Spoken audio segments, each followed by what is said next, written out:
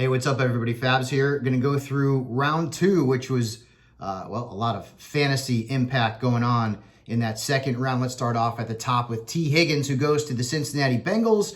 Maybe immediate gratification will not come in terms of statistical success for Higgins, but a lot of people compare him to A.J. Green. A.J. Green, not the youngest wide receiver in the league, and he hasn't been very durable. So I feel like Higgins, more long-term value than short-term value, but a good pick there and another weapon for Joe Burrow. Michael Pittman goes to the Indianapolis Colts. I figure he slots in as the number 2 wide receiver behind T.Y. Hilton. I like the fit. He'll be worth a late-round pick in redrafts. DeAndre Swift goes to the Lions.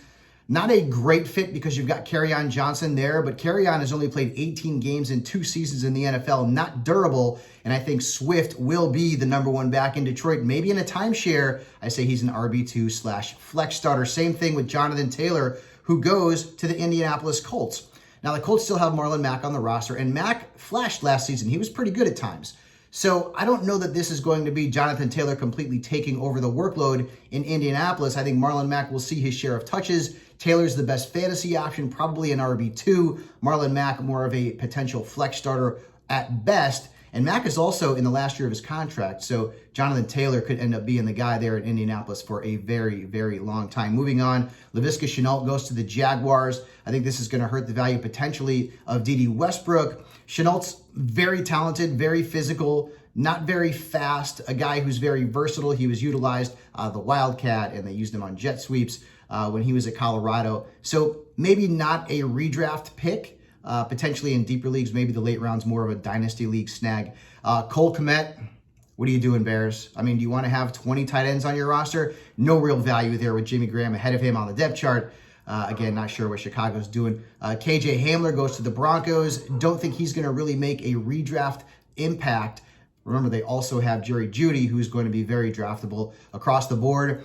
The 2 of these wide receivers combined, maybe you're going to take some of the targets away from Courtland Sutton, although I still think he is a wide receiver too. Chase Claypool goes to the Pittsburgh Steelers. Is he a wide receiver? Is he a tight end? We're not sure. I think this could mean the end of Vance McDonald having any kind of fantasy value whatsoever. Claypool, maybe a late rounder in redrafts, but unlikely to make much of an impact, probably more of a dynasty league play. Cam Akers goes to the Rams.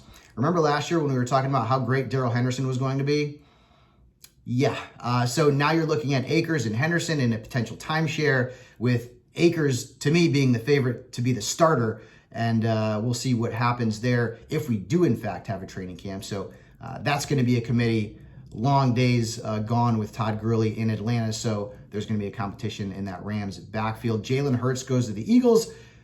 Again, head scratcher. I mean, Carson Wentz is their quarterback. He's dealt with some injuries, but an odd fit. A very odd fit. Hurts would have had some upside if he had landed on a team that could potentially have made him a starter sooner rather than later. That's not the case in Philadelphia. J.K. Dobbins goes to the Ravens. Much like the other running backs in this round, more of a long-term impact than an immediate gratification situation because Mark Ingram is there. I think this really hurts, obviously, the value of Gus the Bus Edwards, Justice Hill, because J.K. Dobbins at some point, don't know if it's going to be this season, is going to end up being the top back in Baltimore. But at this point, I mean, he's probably going to end up being a middle to late round pick in redrafts because Mark Ingram will continue to start, but that selection hurts Ingram from a fantasy standpoint. Obviously, Van Jefferson goes to the Rams. I feel like this is depth. It's still going to be Cooper Kupp. It's still going to be Robert Woods, and then Josh Reynolds, and then Van Jefferson will slot in, more of a dynasty league snag. Denzel Mims for the Jets could very well be worth a late round look in redrafts,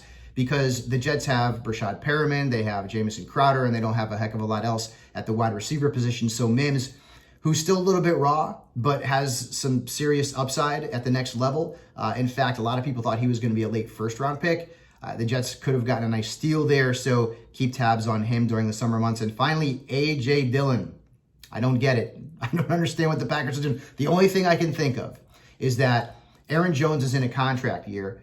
He's going to be a free agent coming up in 2021, which means what? Well, if they don't want to pay him, then suddenly Matt LaFleur has his version of Derrick Henry and A.J. Dillon. So that could be the thought. This hurts Aaron Jones. Aaron Jones was going to regress from a touchdown perspective anyhow. So now Aaron Jones might be sliding out of the first round in a lot of your fantasy redrafts. That is your round 2 recap, everybody. Stay safe. We'll talk to you soon.